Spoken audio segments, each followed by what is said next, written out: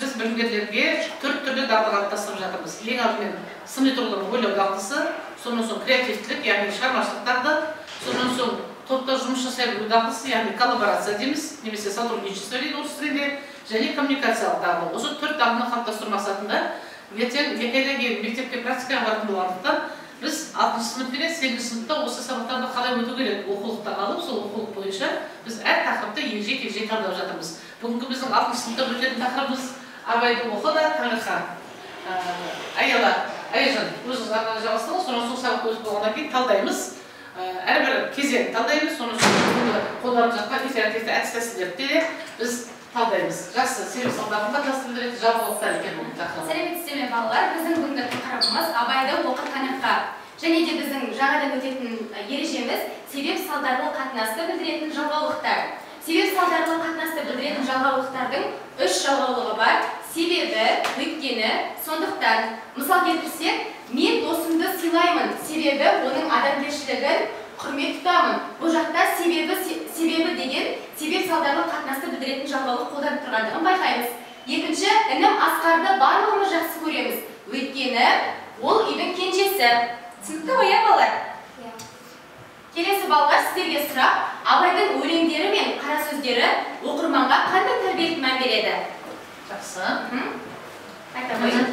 Абай жалпы біздің өмірді, қазақтың тарихын, қазақтың тұрмыс тіршілігін сөз еткен біздің ұлы тұлғамыз болып саналады. Абайдың кез келген өлеңін, қара сөзін алу арқылы біз жан-жақтан, адами тұрғыдан өмірлік мән мағынасын ала аламыз.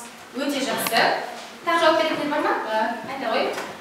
Жалпы айтады ғой, қазақты білген келсе Абайды оқы дейді. Яғни Абайды оқу арқылы тек қана біздің қазақ халқының салт-дәстүрін ғана біліп қоймай, сонымен қатар оның отбасына беретін тәрбиесін, ол халықтың ұстанатын ұстанымын, яғни біздің осының барлығын біз Абайдың өлеңдерімен, қара сөздерінен ақ көре аламыз, біле аламыз. Мысалы арқылы келтіре алатындар, тәрбиелік мәні неде Абайдың өлеңдері? Мысалы, ғылым таппай мақтанба тәрбиелік мәні бар ма? Айта қойын. Жалпы Абайдың өлеңдері бір түрбе, қара сөзі бір түрбе. Қара сөздері Абайдың сол адамзат өмірінде болып жатқан оқиғаларды философиялық тұрғыда жан мен тәннің, өмір мен өлімнің ара-жігін ажыратып жазылған. Яғни бұндай Абай жалпы реалист ақын болған ғой.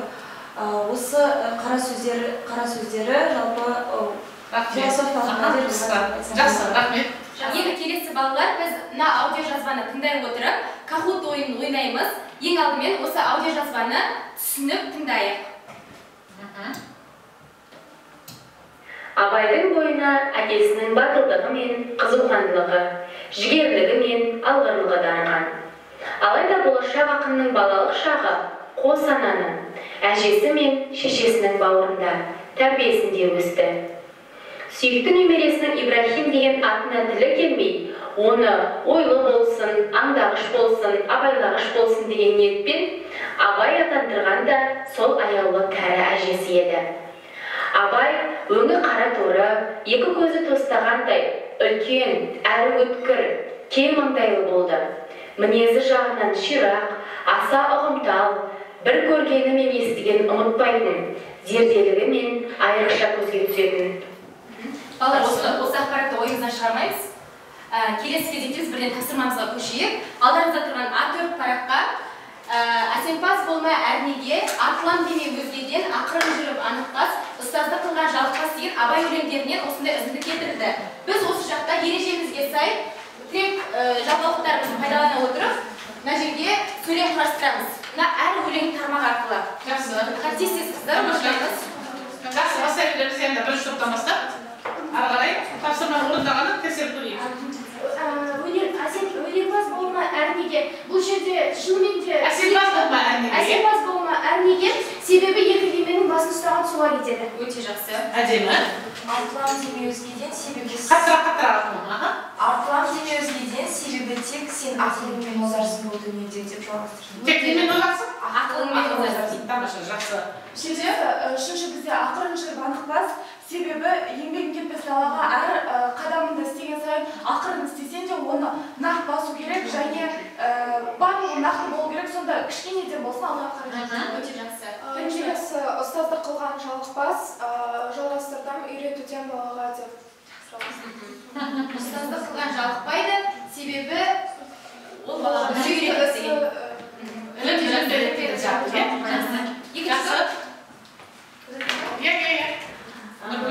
Біріншісі неде атылан демей өзгеден, себебі зейінің жетпесе дедім. Әсеміз болмайды қыздар айтар. Анықпас өйткені өмірің сенің қолыңда дедім. Ақырып жүріп анықпас, себебі өз өмірің өз қолыңда дедіңіз ба? Жақсы. Ары қарай кім жұлдыз кім бар? Әсем жылдам.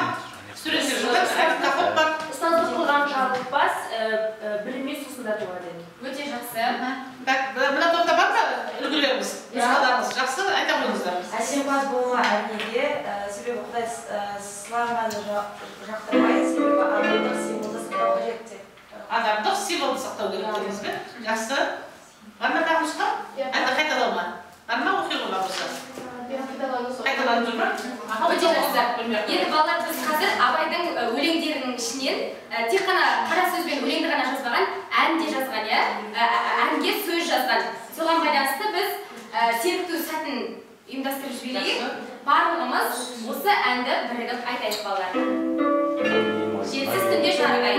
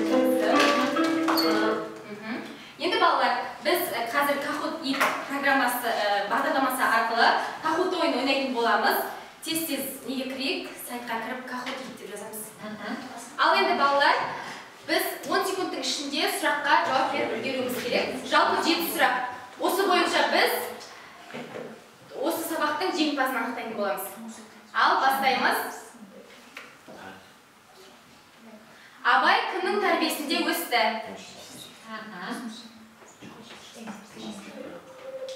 Анасының, әжесі мен анасының, әкесінің, әжесінің. Бұл бізде аудиода болды, иә балалар? Иә. Әжесі мен анасының, жақсы. Негізі дұрыс жауап бізде әжесі мен анасының қолында өскен. Тәрбиесінде. Әжесі не үшін Ибрахимді Абай деп атады? Жаңа мәтінде болды, тыңдады да. Кез балалар 10 секундтар береміз. Тілі келмеді, басқа есімдерге ұқсамаған қалады. Өте жақсы, тілі келмегендіктен әжесі Абай болсын деп қысқартып Абай деп атын қойған. Үшінші сұрақ, жалғастырыңыз. Құлақтан кіріп бойдалар. Әсем ән мен тәтті күй, жақсы ән мен тәтті күй. Негіз дұрыс жауабы бізде жақсы ән мен тәтті күй. Әсем ән мен тәтті күй. Әсем ән мен тәтті күй. Абы кітапта жақсы ән мен деп тұр ғой. Әсем ән мен тәтті күй. Жақсы, ары қарай. Келесі, шидем мен тоң қабаттап киген малшы бет қарауға шыдамай теріс айналды. Ақынның қай өлеңінің үзіндісі? Бұл кезде өлеңін оқы тыңда дегесін, осы тақырып бойынша өлең болсын. Көктем, күз, қыс, жаз. Қай мезгілдің? Өте жақсы. Келесі сұрақ, жеміс жидек пісіп, егін оралатын кез қай мезгіл? Жақсы. Қыз, күз, жаз. Дұрыс жауап жоқ. Жаз мезгілі? Күз емес пе? Жаз мезгілі? Жеміс жидек. Білмеймін тойғаныма, тоңғаныма, жыр қойнап бие қашқан, тай жарысқан. Қай мезгіл? Абайдың өлеңі бойынша қай мезгіл суретленген? Қыз, жаз, күз, көктем мезгілі. Жақсы, күз мезгілі. Дұрыс жауабы бізде күз мезгілі.